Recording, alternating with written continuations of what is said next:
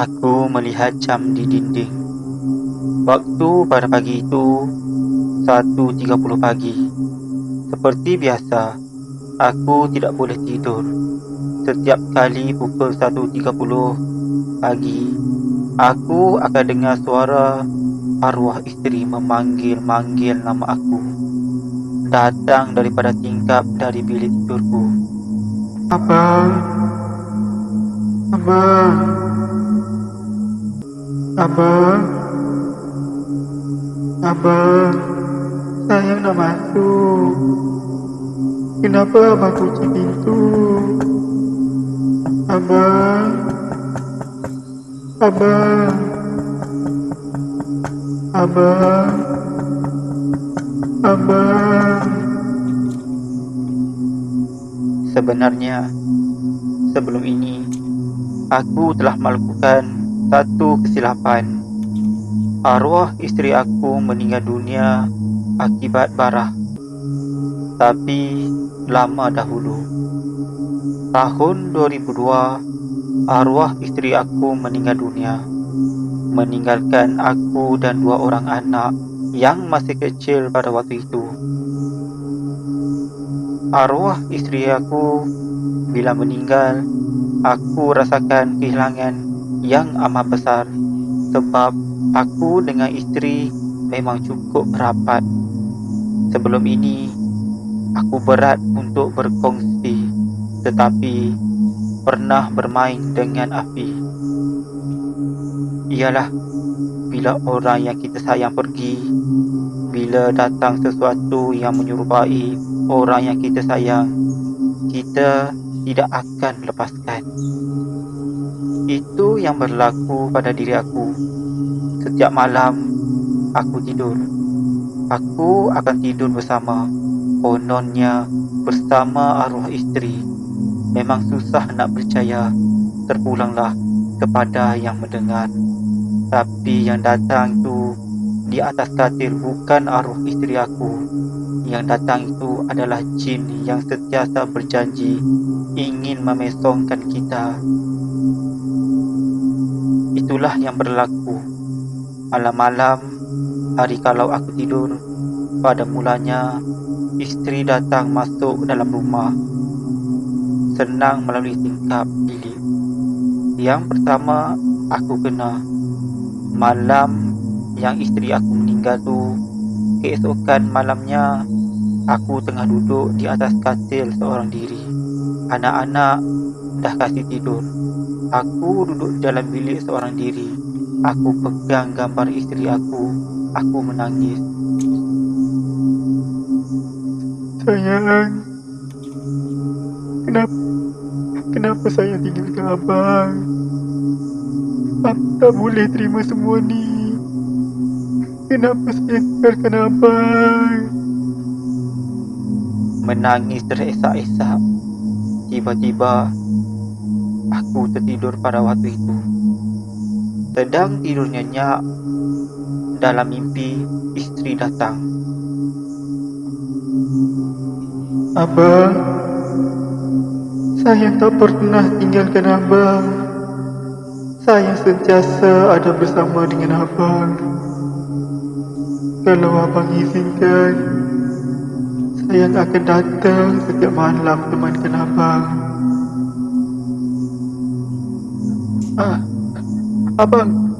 Abang izinkan. Abang izinkan sayang. Sayang. Dari mimpi aku terbangun. Terbangun tengok aku masih di rumah. Rupa-rupanya aku bermimpi. Tapi bukan. Ia lebih dari mimpi. Keesokan malam, anak-anak dah tidur. Aku masuk bilik. Aku ternampak isteri aku tengah baring di atas katil. Aku berdiri dekat pintu. Aku tengok dengan mata yang terbeliak. Sa, sa, sayang. Aku ke depan pintu. Tutup pintu agar anak tidak nampak. Sayang. Sayang ke tu? Ya, bang. Ni sayang. Abang tak mimpi ke ni? Ni betul kan? Betul. Semalam kan abang cakap sayang boleh datang teman abang setiap malam. Terima kasih sayang. Terima kasih. Terima kasih sebab datang temankan abang. Aku naik ke atas katil, tidur sebelah isteri. Tak boleh buat apa. Tak pegang tak apa. Kata isteri aku, sayang boleh temankan abang dengan satu syarat. Abang tak boleh sentuh saya. Abang cuma boleh baring sebelah saya dan bercakap dengan saya. Saya boleh bersama dengan abang setiap malam. Waktu itu memanglah ibarat doa sudah termakbul. Setiap malam isteri datang tidur dan bercakap dengan isteri. Berbual begitu gairah sekali. Pergi kerja kemudian, kerja tak sabar nak balik. Tak sabar nak tunggu malam. Dekat tempat kerja, asyik mengalamun. Sampaikan buat kerja dengan tak betul. Sampaikan kawan-kawan tanya kenapa. Kawan-kawan masih ingatkan lagi isteri aku. Kenapa kau macam ni? Prestasi kerja kau menurun sangat. Bos tegur kau tahu tak? Kau bukan orang macam ni. Dipendekkan cerita, saya diberikan bantuan. Mula-mula nak bantu saya dari segi kesan kaunseling. Jumpa kaunselor. Yang ni bos saya yang tolong. Kaunselor tengok. Kaunselor memberitahu bos untuk mendapatkan bantuan tradisional. Bos cari pakar perubatan seorang ustaz. Datang merawat saya. Saya bukan tak mengaku. Cuma tak ada apa-apa. Dan kata ustaz, ini tanda orang yang sudah diganggu. Sebab dia tak akan mengaku. Dia akan bertolak dalih. Dia akan menepis segala soalan. Akhirnya dapat tahu ada kunjungan makhluk masuk ke dalam rumah setiap malam. Sebab waktu itu, waktu aku pergi berubat dengan salah seorang ustaz ni, waktu malam aku rasa gerisah, ke hulu ke hilir. Dan aku bertanya,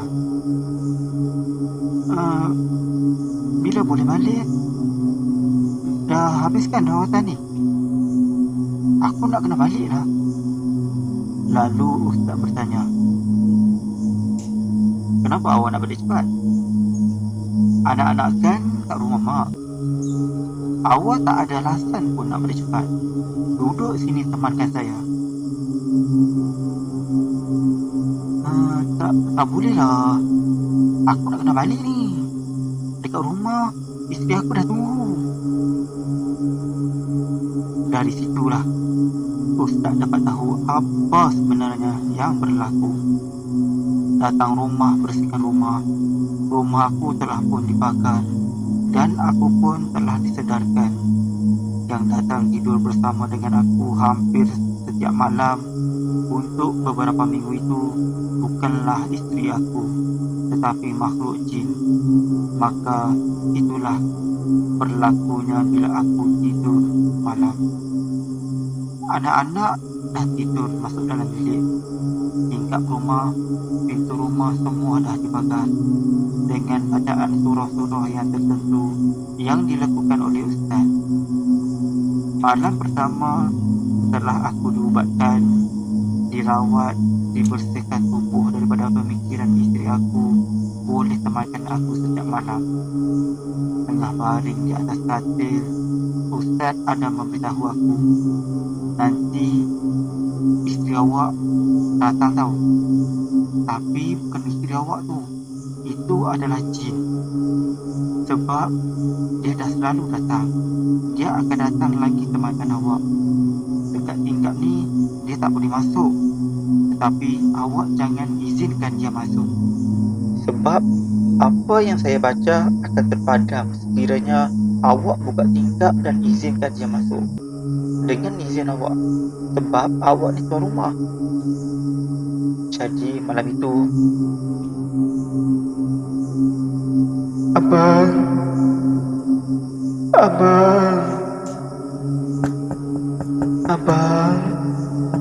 kenapa abang tutup tingkap? Saya datang nak temankan abang. Abang, bukanlah tingkap. Abang tak rindukan saya ke? Abang. Malam kedua lah, datang lagi. Ketuk-ketuk tingkap, panggil saya abang. Sampaikan saya nampak wajah isteri saya dekat tingkap. Malam ketiga, tak dengar bunyi orang ketuk tingkap. Anak saya datang bilik. Baba, nampak Umi dekat tingkap. Umi nak masuk. Dia mula ganggu anak saya yang tengah tidur. Umi kan dah tak ada. Umi dah meninggal. Ada bah. Tu dekat tingkap tu Umi bah. Aisyah, ini Umi. Aisyah, suruh Baba buka tingkap. Umi datang ni. Baba, buka tingkap. Umi nak masuk. Baba, bukalah tingkap. Umi dah meninggal. Jangan masuk bilik ni lagi. Pergi tidur kat sebelah. Anak saya menangis, meronta-ronta suruh buka tingkap. Umi.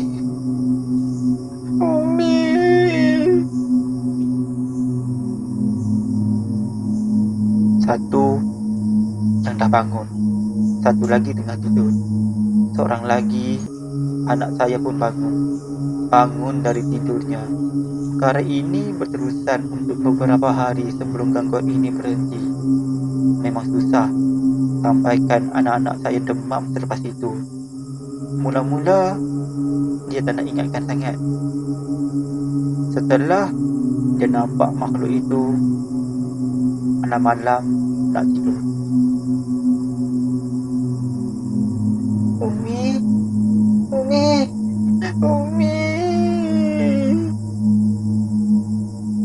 Anak saya yang bongsulah yang terjadi mangsa keadaan.